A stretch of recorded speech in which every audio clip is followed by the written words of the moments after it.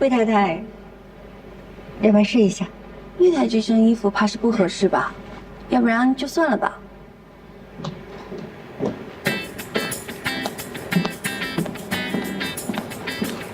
魏总，哎，怎么才来啊？我来给魏总太太送衣服的。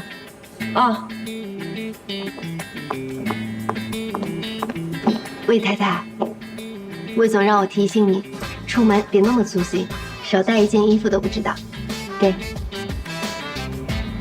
啊，知道了，谢谢啊。魏太，现在有衣服了，要不要跟魏姐打一局啊？好啊。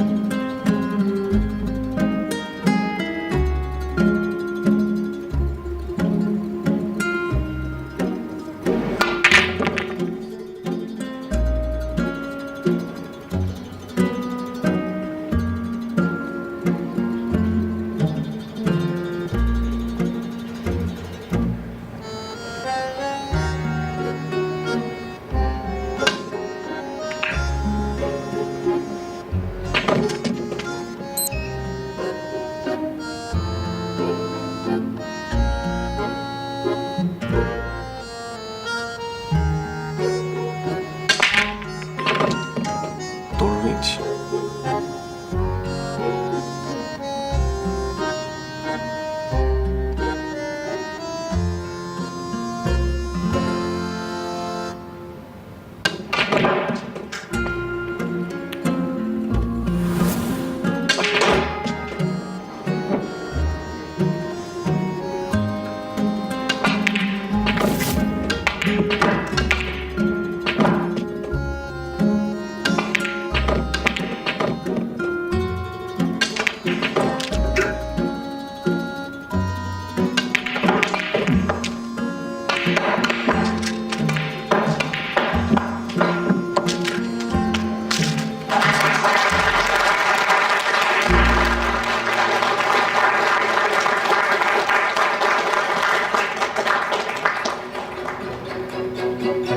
切准备单杆轻弹也好。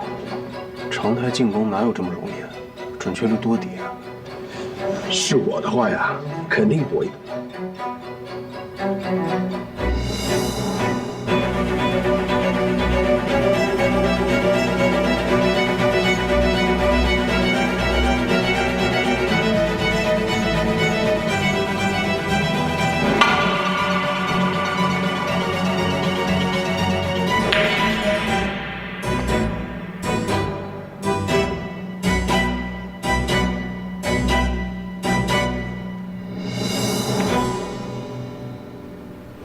哦，高手啊！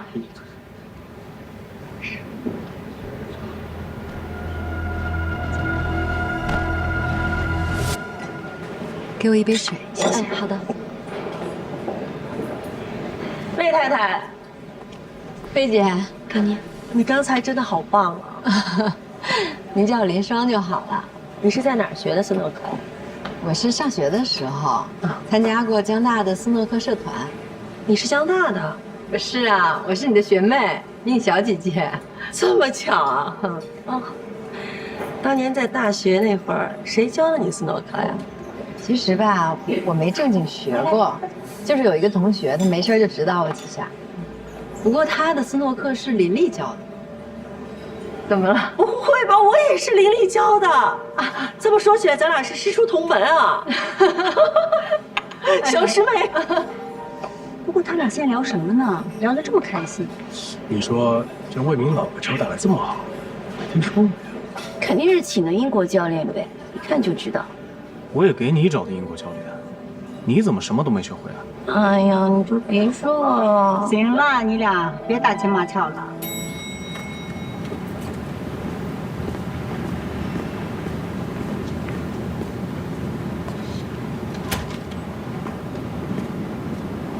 回来了，今天怎么样？你简直给我挖了个大坑。不至于吧？不就一起吃个饭吗？至于你自己怎么学？我不有重要客户呢吗？这身衣服没见你穿过呀？什么时候买的？啊，好久没穿了，去年买的。口红挺好看的。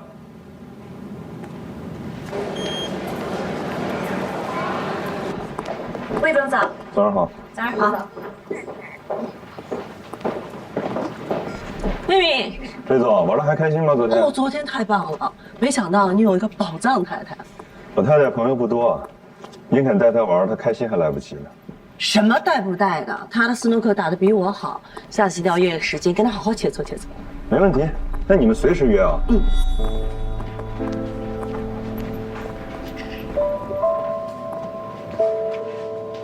要不是你提前帮我排雷，还临时赶来救场，我现在应该已经社死了。其实这些人啊，不管是强势还是温顺，看的都是公司的职位还有利益关系。有了磐石这张牌，魏明升 VP 应该就是这1、2个月的事儿了。新来的那个助理黄佳怡，她爸爸是黄董，魏明最近可是对她殷勤得很。你的意思是，魏明为求自保，想借黄佳怡来讨好黄董？也不一定是自保吧。人心不足蛇吞象，魏明还不到40岁，他的野心应该不仅仅只是一个副总吧？副总之上那就是 CEO。魏明是有点才华和小聪明，当一个副总算是比较匹配的。但是，如果让他掌舵全局来领导一家公司，那他还差了点格局。他知道他自己差的这点格局，需要一个强大的后盾来帮他补上。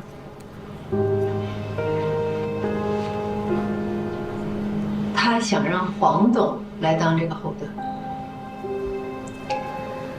魏明的能力嘛，是有一些小天赋。但是论起对付女人，他可是天下第一。我看那个黄佳怡被家人保护得很好，一点鉴别男人的能力都没有。他已经着了魏明的道了。如果只是提携自己的女儿，那这份恩情黄董未必会记挂很久。但如果成为黄董的家人，那就不一样了。你说魏明要娶黄佳怡？以我对魏明的了解，不是不可能。那这也太毁三观了吧！不管怎么样，找工作的事情呢，还是得抓紧。对了，魏明的工资还有奖金都是公开的。再加上我知道的分红和绩效，我估算出了他大致的年收入。另外，他这个人喜欢搞小动作，回扣也没少拿。我知道的全部都在里面。谢谢，这次帮了我大忙了。司仪说，在财产分割当中，对方一定会想方设法的降低你分得财产的比例。但是如果我能了解他全部的收入状况，把能分的蛋糕尽量做大，这也算是变相的多分了一些财产。该是你的，咱们1分都不能让。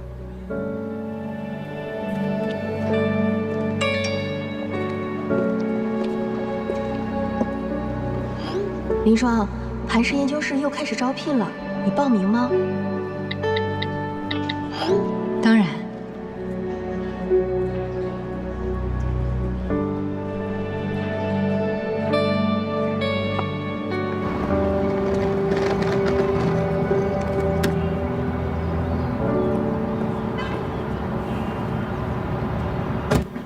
魏总，跟您确认一下，咱们是去 T2对吧？对。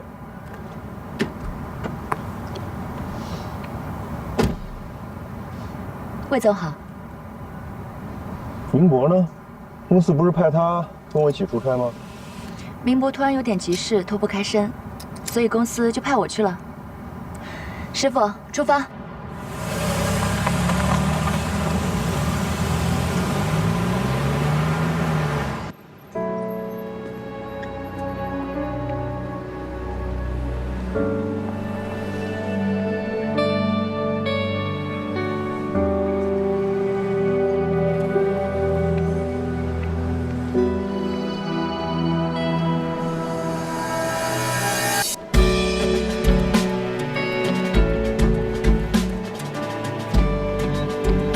这几个月你是真的补了很多课。这么短的时间，除了 Python 语言的熟练掌握，还补上了之前深度学习推荐系统的短板，还研究了 Tyson RT， 实践项目也做了不少。看来你确实下了不少苦功夫。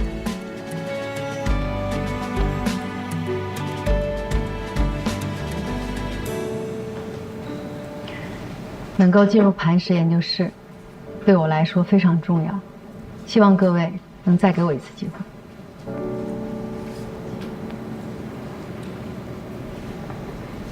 顾总，我没有别的问题了。我的问题还是个老问题，这对于我们磐石来说也是最重要的，就是你到底要如何平衡事业和家庭？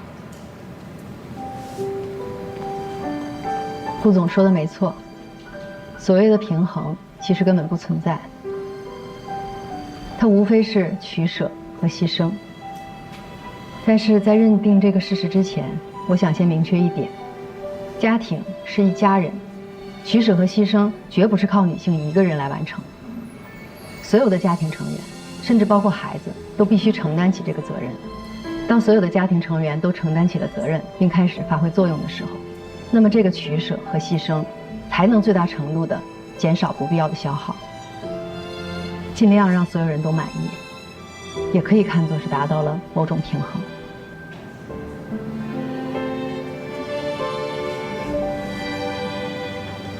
你刚刚这番话呢，说的很有道理，但是你表达的只是一种理想化的状态，恐怕执行起来是非常难的。而且，程序员是高强度的工作，即便是大学刚毕业的年轻的员工，也有时候可能会感到力不从心。所以你到底拿什么来证明你能够胜任？我想让大家看一个表格。我的一天是从早上6点开始的，洗漱、更衣。6点20，我准备早餐，叫家人起床。7点15送孩子去幼儿园。8点菜场买菜。8点40回到家里，收拾餐桌，整理衣服，还要处理一些缴费和外出事宜。一边我还要用手机听课。12点钟，我会利用午餐的时间下单一些生活必需品。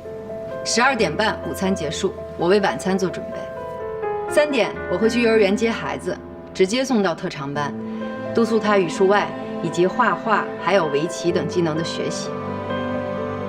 5点钟回到家做饭，6点钟吃晚餐。7点半我给孩子洗漱哄他睡觉。9点钟我再重新收拾一遍房间，为第2天早餐做准备。10点我可以继续学习2个小时。12点我自己洗漱睡觉。这只是我过去几年里最普普通通的一天。如果遇上老人、孩子生病，家里突然来亲戚，那这张表格还会复杂很多。另外，除了时间管理，几年的主妇生活也让我对于财务统计、家里人的心理疏导以及各方面的协调能力都有了很大的进步。我想，我的工作强度和复杂度对比一个初级程序员的工作需求，应该是绰绰有余。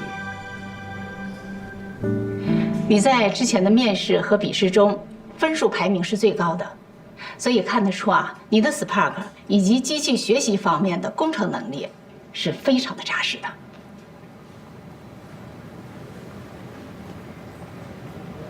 顾总，您还有问题吗？如果这次的面试你还是没有通过呢？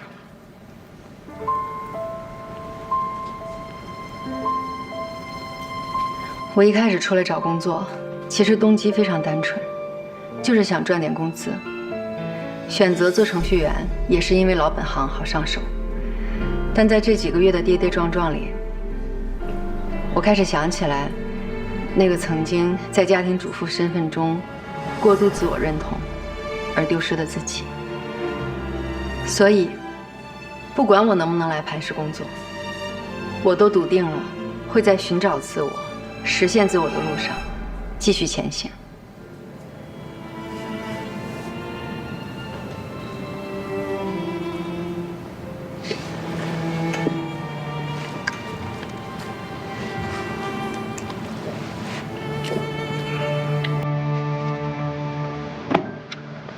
恭喜你加入磐石研究室。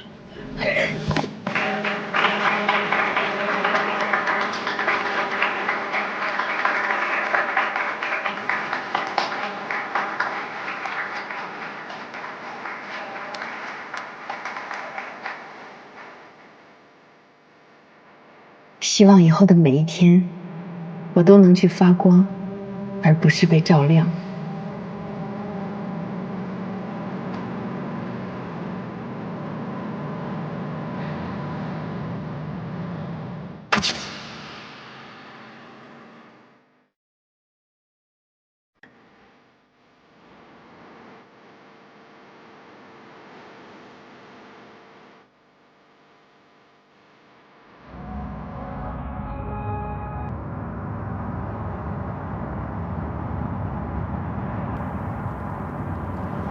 江海，明天我就要去磐石上班了。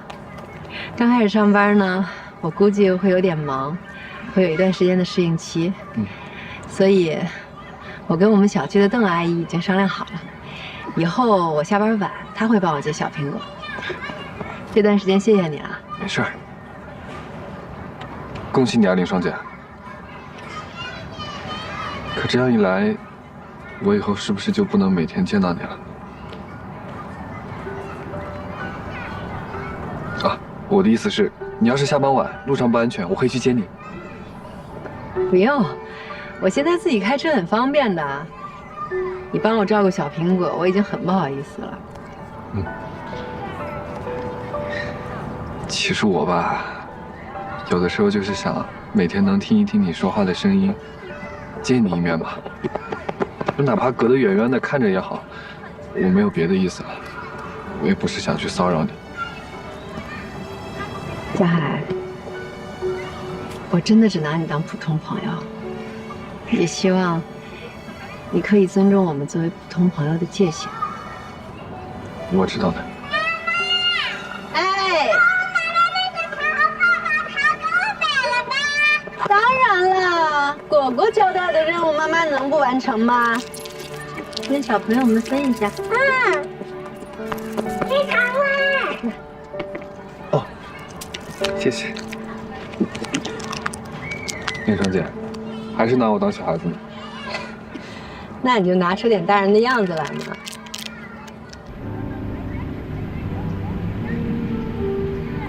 魏总，不吃饭吗？这么严肃干什么呀？我刚才给明博打电话，你硬把他顶替了。这么快就穿帮了？王佳怡，这里是公司，不是你过家家的地方。我没在闹着玩儿，我是真想跟你学点东西。这次出差我也早就跟你申请了，但你最后还是交了明博。我之所以选择明博有2个原因：一，他工作经验比你丰富；二，我们出差办事儿难免要喝酒应酬、加班晚归，他一个男人跟着我比你方便。原来魏总也会搞职场性别歧视。我没有搞职场性别歧视，我只是……所以，不是我做不好，而是你担心我做不好。我会用实际行动向你证明，你的担心绝对是多余的。再说了，你现在没什么备选方案了，我们还是抓紧聊聊项目吧。冒名顶替的账我回公司再跟你算。坚持吧。我们这次来，主要是要磕江南几个老牌企业。你回去也查查资料，好好做做功课。嗯。还有，要跑几家公司，几个地方，所有的路线、车都提前安排好。好的。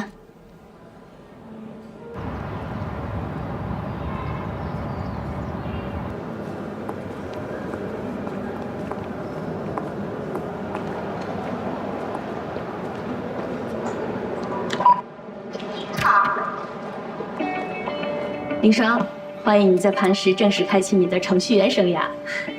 谢谢。我带你过去。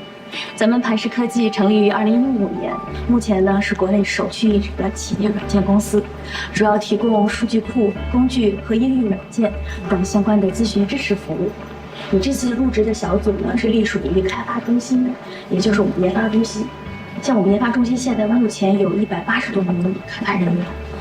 你也知道，咱们公司可是向来是以技术为核心的，所以啊，这研发中心更是 CEO 的直属。这边就是工作区域了，你看一下。哦，对了，你这边还要下载一个工具软件，就是这个引擎。引擎呢是咱们磐石内部的协同合作系统，像日常的工作沟通以及请假调休之类的，一切跟工作有关的事情，基本上都是可以在引擎上解决的。哎，你可以选几个位置啊？哦，就是这边绿色都可以选。那我就选这个吧。挺好的，可以。那我带你过去。就是这里。好，我那边还有事情忙，到时候有什么事找我啊。加油！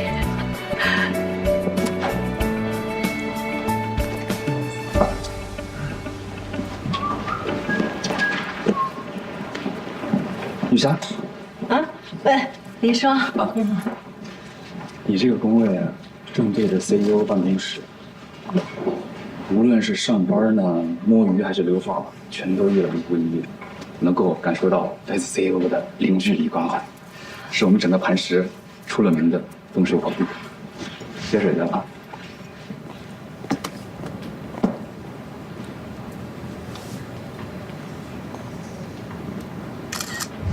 下周的产品需求会，所有的流程已经同步到你们电脑上了，自己看一看啊，完全根据这个规章制度走。各部门你们稍微协调一下，好吧？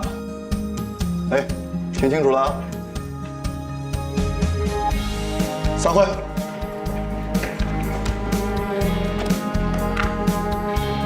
林双，产品的需求会。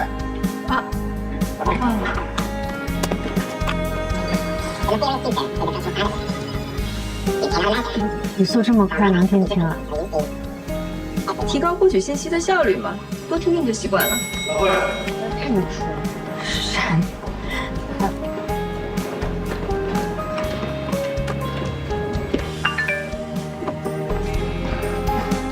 宵夜加按摩，公司加班福利。可惜啊，就是没什么时间享受吧。哎。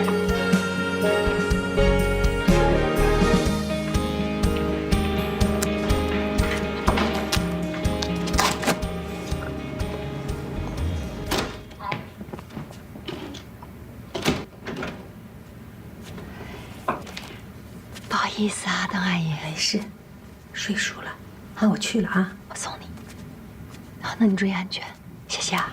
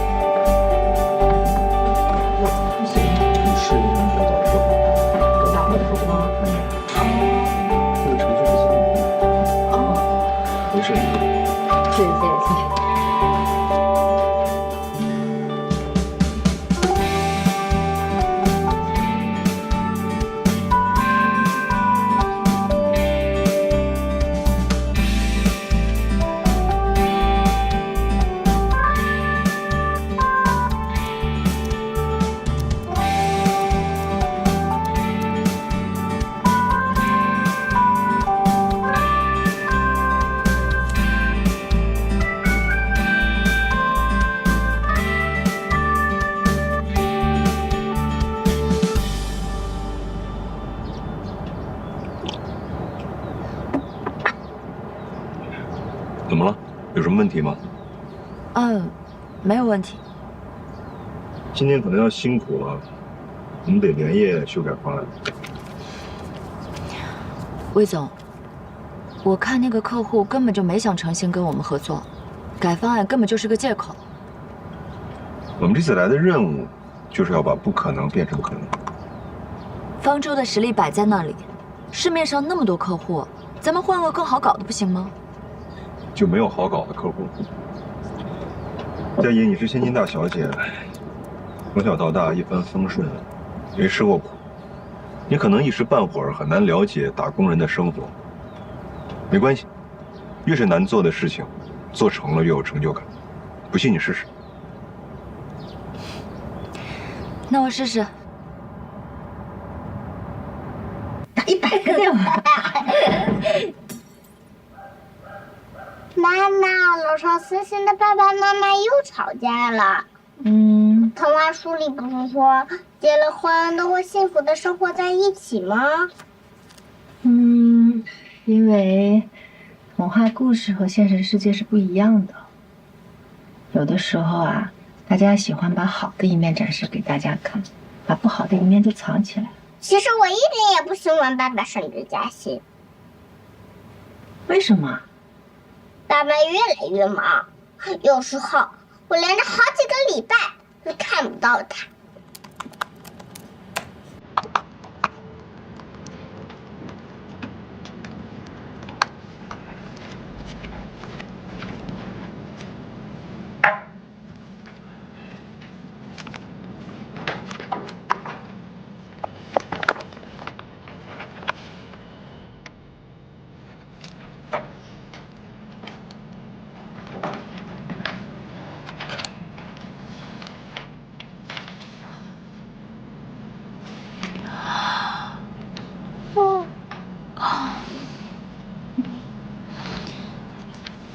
佳怡，你把新会的资料让我看一下。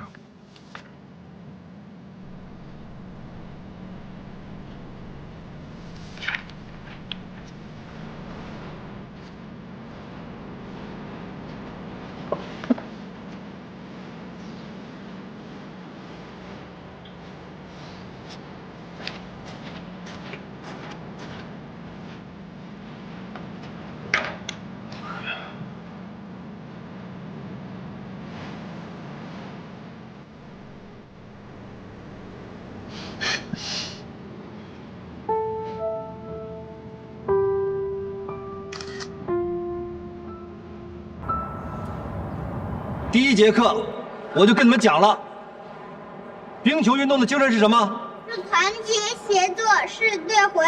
我以为你都忘了呢。刚才为什么不把球传给小苹果？都不把小苹果当成自己队友，还谈什么队魂？教练，不是我们不想把小苹果当成队友，我也想传球给他呀，可他跑得太慢了，我力气大，怕把他撞飞了。过一会儿他该哭鼻子说我欺负他了。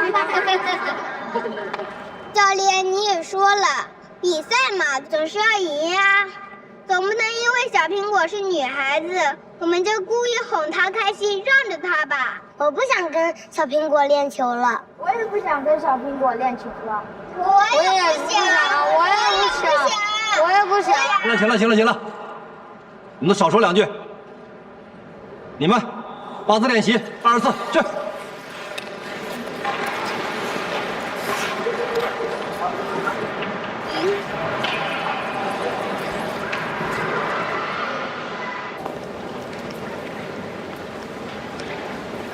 林生，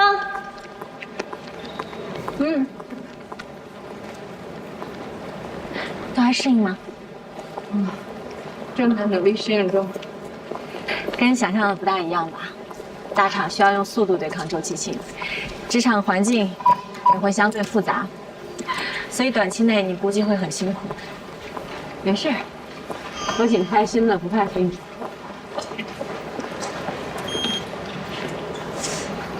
哦，对了，昨天你跟老柴反映了量化算法的问题，他直接把邮件转发给了研发部的负责人何总，然后抄送给了我。可是，我不知道他，你不用和我解释。今天何总正好在北京出差，明天等他回来，你好好想想该怎么跟他解释。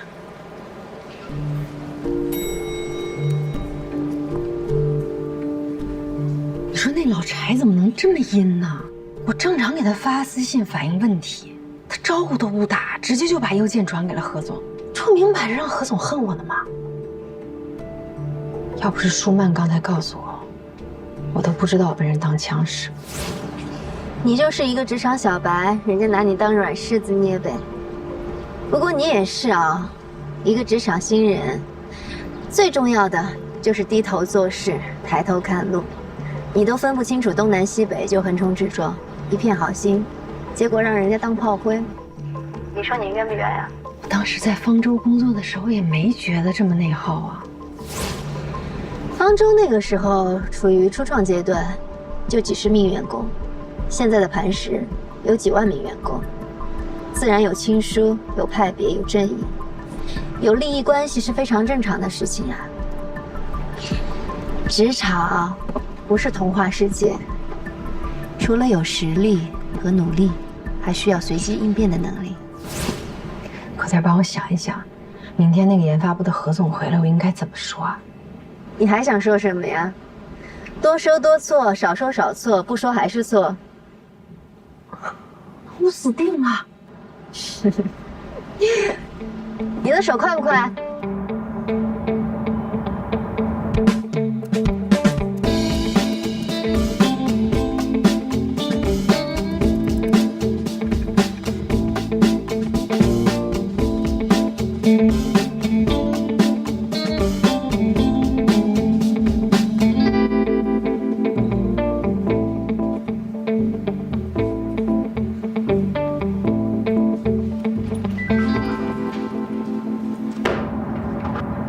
基于我这次去北京项目洽谈，进一步了解了客户的需求。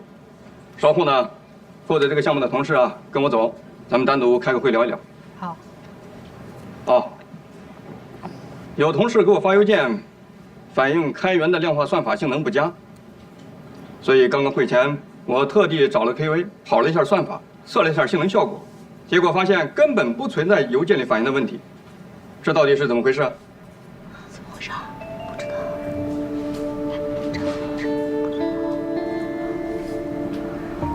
是我给老柴发的邮件。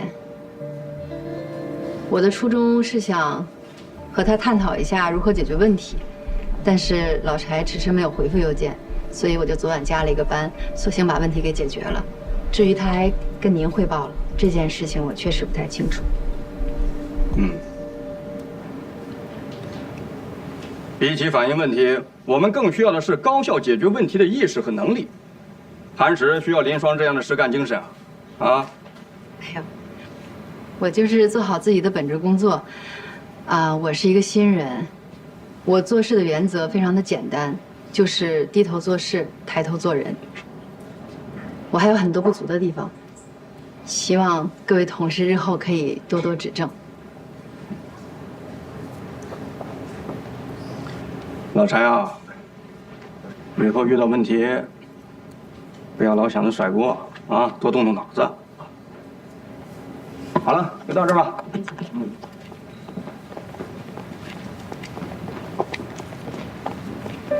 来，晶晶晶晶晶，为你开心，谢谢你。恭喜你啊，一战成名。 以后谁想要在磐石欺负你，估计有点困难了。说真的，还得多亏了你。以前吧，我觉得你行走江湖全靠啊，但是没想到你对付职场潜规则也有一套啊。我希望在职场上，你永远也不要知道这些潜规则。对付职场这种小垃圾，我可是有100种办法。以后看他们谁还敢欺负你。 怕了，人际关系这门学科呀，真的是比专业难多了。在职场上啊，是有很多这种人情啊、欺骗啊、背叛的小故事，但是你知道吗？最受人尊重的，就是像你这样，真正有能力、正能量且向上的人。可以啊，林双，表现不错啊。何总，何总。没有，我呢其实就是做点力所能及的事儿。你当时来江大听课的时候，我就知道你不一般的。哦，您记得我去江大听课的事儿啊？当然，听人力的朱小晴说，你是顾总特别安排来听课的。我是顾许安排来的。行了，你们继续吧。哦，何总您慢走。好。干嘛？这个顾许什么情况？他可是你的冤家对头，他为什么会帮你啊？而且他还帮了我。他该不会是对你有什么企图吧？哇，对我有神经病啊！我有什么可企图的？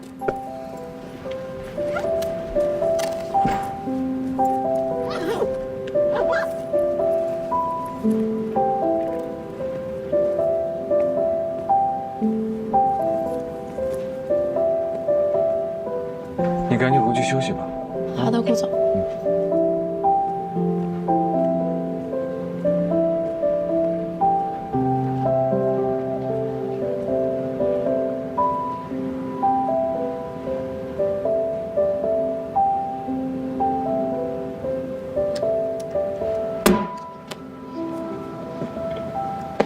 哎呀，还没写完呢。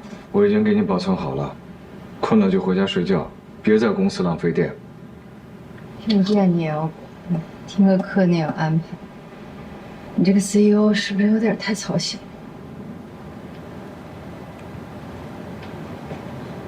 我去江大听课的事是你安排的吧？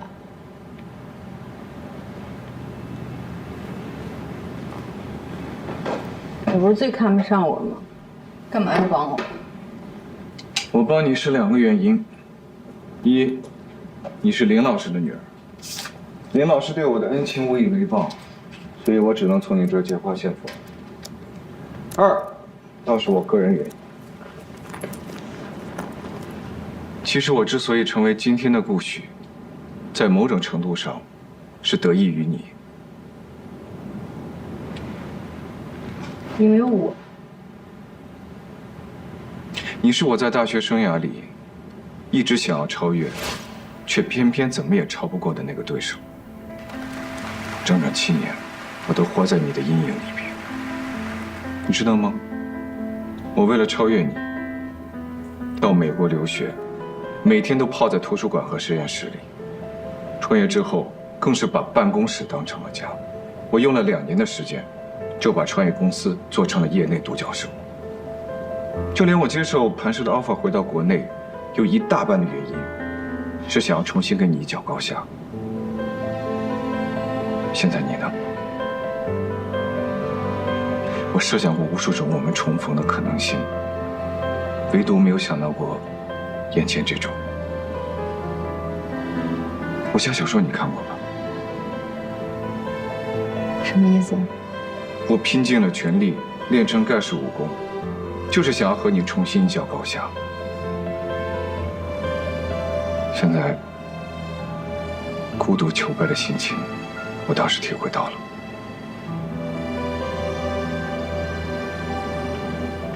我之所以要帮你，是因为我对昔日对手的一份崇敬之心。当然，我也奢望着，也许有一天，你能重新拥有与我一决高下的事。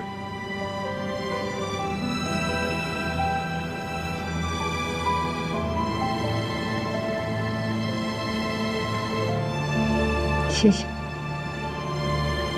不过我连进入磐石都是勉勉强强，距离成为你的对手还差10万8千里呢。我估计你这个愿望应该是很难实现。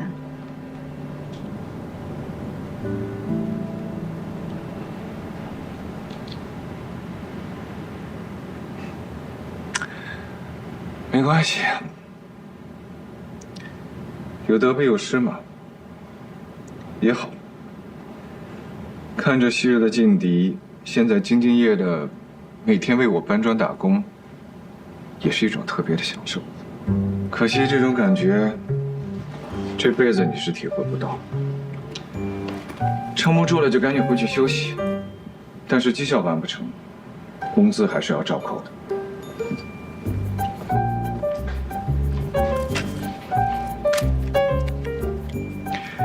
你这准头一向不行啊，赶紧回去休息吧，别熬夜了，毕竟年纪摆在这儿。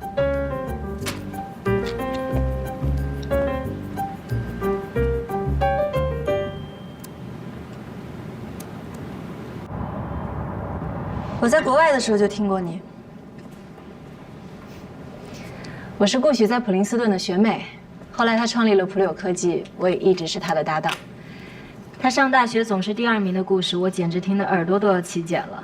那都是过去的老黄历了，还提他干嘛？倒是你，我听磐石上上下下的人都夸你业务能力出众。哦，原来是老搭档了，怪不得这么有默契。我喜欢顾许。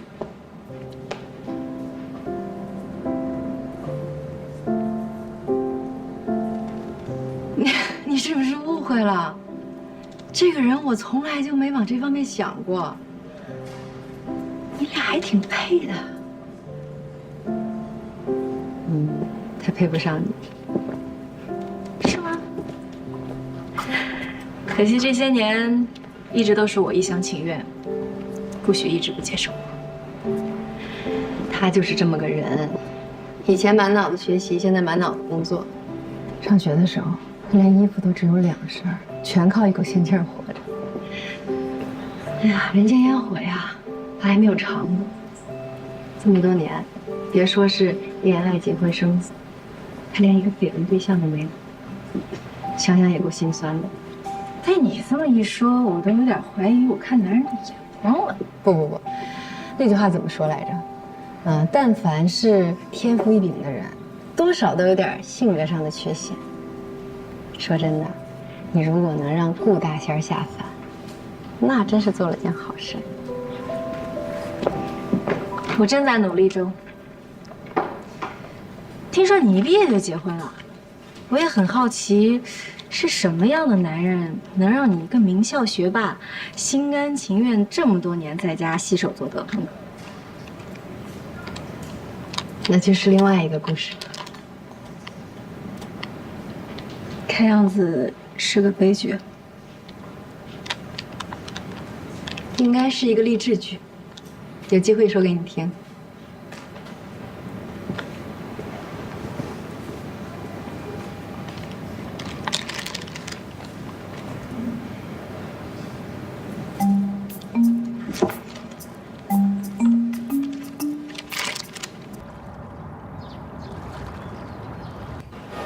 德亚服饰刚刚打的那个电话，可把他们紧张坏了。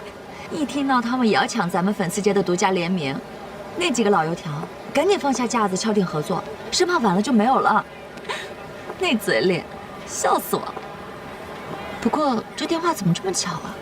刚好赶在咱们开会的时候，该不会是你找的托儿吧？你看出来了？我猜的。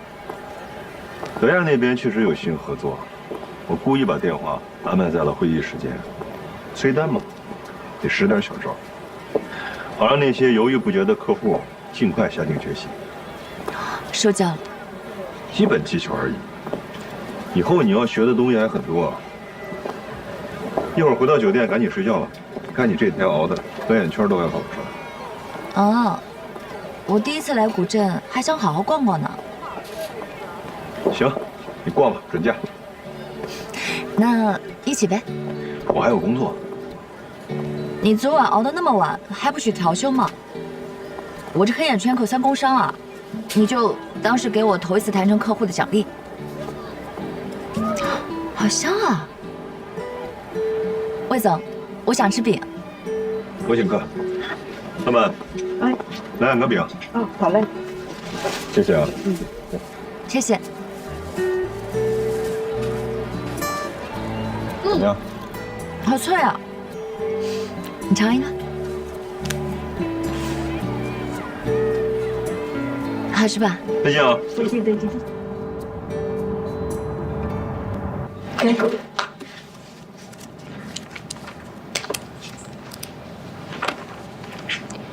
你签完字，我就是你正式的离婚代理律师了。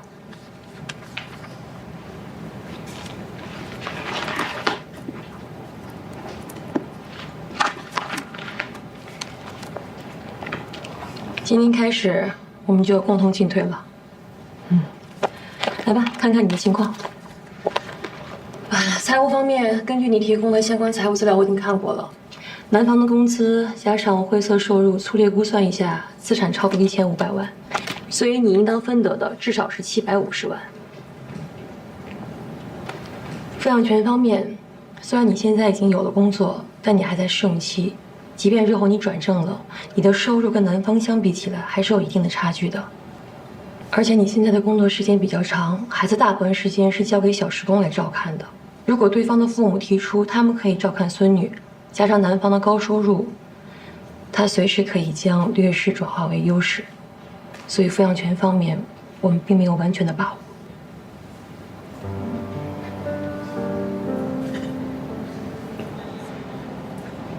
苏律师，有一段时间我非常害怕离婚，我也不知道为什么。现在想想，我应该是非常害怕失去小苹果。小苹果是我女儿，特别可爱。这几个月，我一直非常努力，无非就是为了想把孩子留在身边。所以，请你一定要帮帮我，拜托了。这个你放心，我会尽力的。之前你给我提供了一些证据，可是你知道，在法律上，证据的认定是非常复杂的，有时候我们认为的铁证也会出现这样或者那样的瑕疵。所以现在我建议你应该抓紧时间去搜集更多的相关证据。如果能够证明男方是婚姻中的过错方，就可以在财产分割上占有主动权，抚养权上也会逐渐增加考虑的因素，让法官优先选择你。总之，协议离婚比的就是双方手中谁有更多可以让对方让步的筹码。如果到了诉讼离婚这一步，看的就是你手上有多少证据了。好，我知道。从初中起，我就被我爸妈丢在国外一个人念书，所以我很早就习惯了一个人的生活。只要提起行李，就像带上了家，但终点在哪里，我却永远也不知道。一个人孤单的时候，我就喜欢去港湾。不知道为什么，只要在港湾边一坐，我就不再害怕寂寞。那么多船只一路在海上漂漂泊泊的，但只要驶入到了港湾，就像是回到了家里，不再因为有狂风巨浪而恐惧，也不再因为看不到彼岸而失去方向。他们和我都一样，都安全了。后来大了一点儿，我就提着行李一个人去旅行。我最喜欢的也是世界各地的港湾。我去过里约热内卢港、旧金山湾、普吉岛的潘牙湾，还有加拿大的芬迪湾。以后有机会，我还想去看看南极的天堂湾。一起呗。不可命名你那么好。我去过世界很多地方，都是因为工作，很少能像现在这样喝喝茶、聊聊天，很难体会那种游人的心境。谢谢你。有机会，真的想去全世界好好的走一走、看一看。人一辈子其实很短暂的，转瞬即逝。我们要有一个好的心态去面对自己的人生。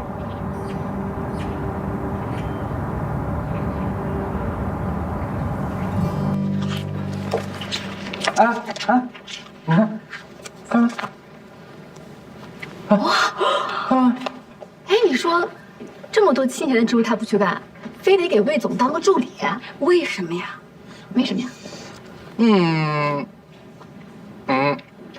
记得上次魏总训他吗？你说他平常那么不可一世的人啊，魏总一说他，哎，他倒是乖乖听了。这次出差原本是该人明博去，啊，他偏硬生生的把人给挤下了。这佳阿姨是不是嫁不出去了呀？非看上个有妇之夫？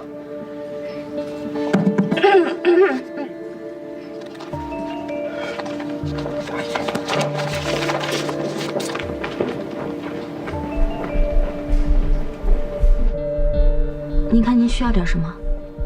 这个还有这个，谢谢。早啊。昨天睡怎么样？挺好，我帮你点好了早餐。你随便点啊。我还想再点一样东西，魏总的和颜悦色。佳怡，这几天我一直有个问题想问你：我们方舟有那么多部门，你为什么偏偏挑中了产品部？因为你啊。因为我。我可是对你做过背调的。首先呢，你在方舟工作了9年，是方舟的元老，对公司架构的理解和内部管理利弊的认知肯定比一般人透彻。其次，一旦你升职，将会是目前事业部最年轻的 VP， 方舟高层都称赞你做事高效，深谙人心，所以我想来好好领教一下。那你的背调可做得不够详尽了。我还有老婆有孩子，我在公司这么努力的工作，就希望我的家人能够生活幸福。当然，这种幸福也包括，我不希望他们在生活当中，因为无中生有的误会而受到困扰。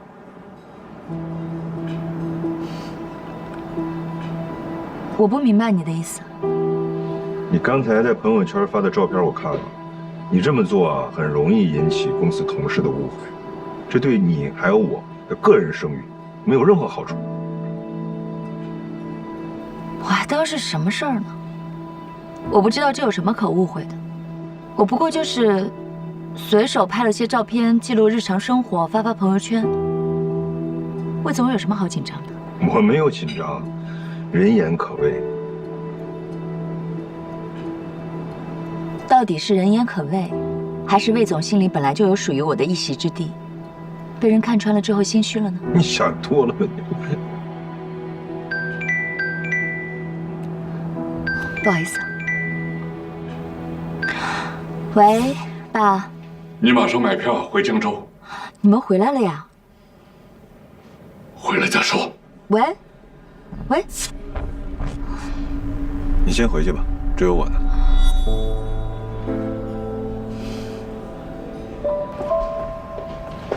喏，给你的。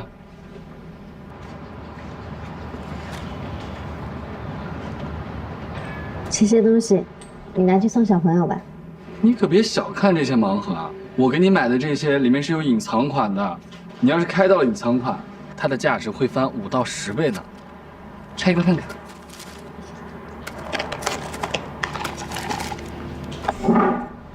第一个就开到隐藏款，我看看。这上面还写了2句话呢，你看，这2句话也是我想对你说的话。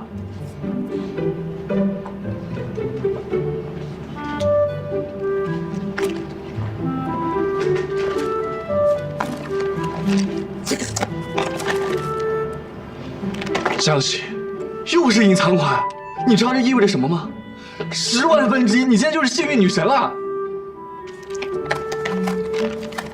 隐藏款又是隐藏款，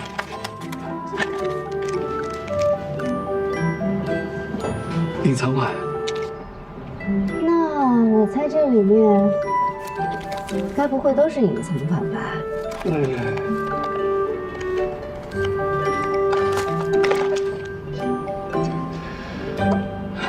虽然我买这些隐藏款的行为是有些投机，但我也是想把心意准备到100%吧。我不想对你偷懒，江喜。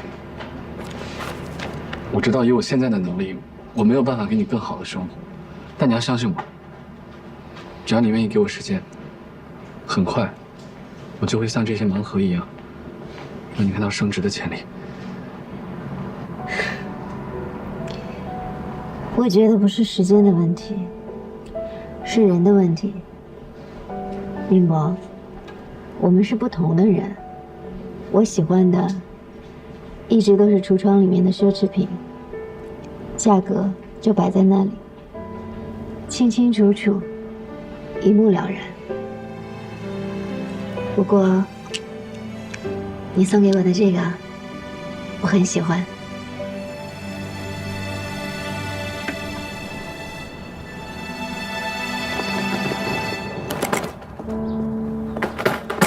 张妈，哎，来了来了，哎，佳怡回来了啊？哦，不用，我自己拿。爸妈，你们怎么回来了？也不提前跟我说一声。爸，我想死你了。怎么了？这么严肃啊？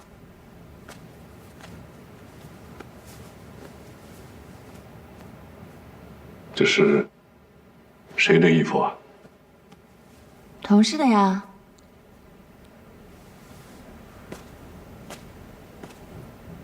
怎么了？同事的。哎，爸，你干什么呀？你马上写辞职报告，明天一早交上去。我为什么要辞职啊？工作上我有任何过失吗？就算你是大股东，你也没有擅自开除我的权利。我没这个权利。那你等着。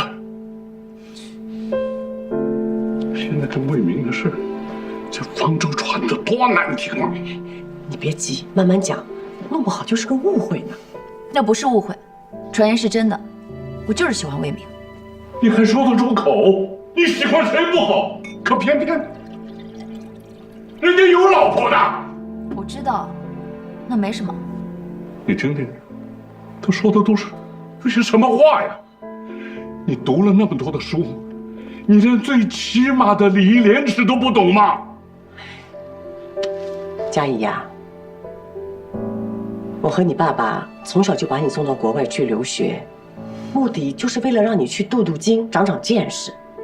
你倒好，把西方人的那套没边际的自由学了来。听你爸爸的话，赶紧离开方舟，跟那个男的断掉。我不要。你们也知道，从小你们就把我送出去读书啊。从12岁起，你们两个就不再管我了。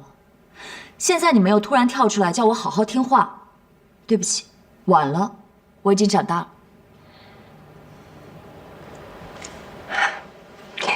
你看你能说出这种话，就证明你还是个孩子。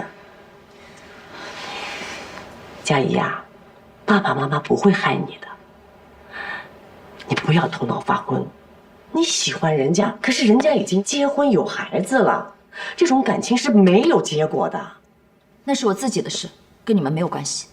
没关系，你听着，我是不会让你跟魏明在一起的。用不着你同意。你还顾不顾脸面了？我还有脸面了。说白了，你更在意的还是你的脸面。你有在意过我吗？那我也告诉你，我还就偏偏要跟魏明在一起，等着瞧。你回来！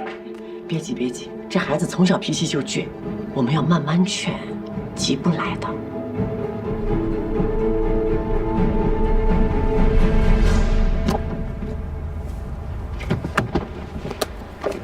谁啊？我。你坐我车干嘛？你不是开顺风车吗？我刚好下班，顺便给你增加一点营业收入。怎么着？不欢迎你的乘客啊？你别折磨我了，行不行啊？你怎么知道我跟你顺路呢？你再说你干嘛不让你秘书跟你约一辆车呀？司机和秘书我早就让他们下班了。我前面打车要排100多号的，而且我没有做好要在公司通宵的准备。我11点之后啊，加价3倍，然后路上还要接人，能接受吧？哦，还要拼车呀？嗯，那我只能付你1.5倍的车费。赶紧走吧，师傅，别耽误时间了，行吗？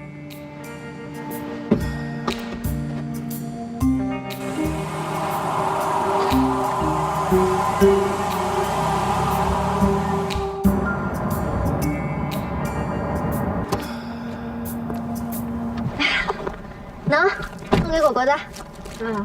你看，据说这个东西能升值，你可别当垃圾扔了啊！不会，谢谢。哎，你今天晚上怎么那么晚下班呀？不会是那个变态 CEO 顾许为难你了吧？我跟你说，你如果有什么事情，一定要跟我说啊！说面对这种职场黑恶势力啊，你千万不能怂，他们就是喜欢那种吃软怕硬的人。一看你是软柿子，他们恨不得把你熬成那个柿子汤，你一定得硬气，他们就乖乖认怂了，知道吗？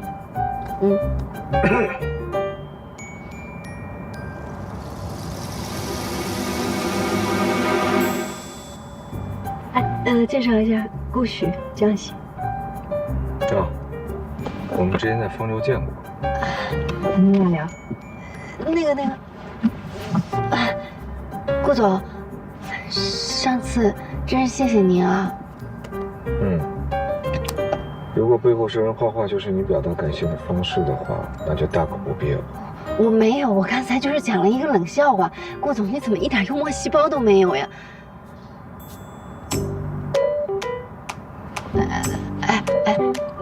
你们是不是在聊工作呀？是啊。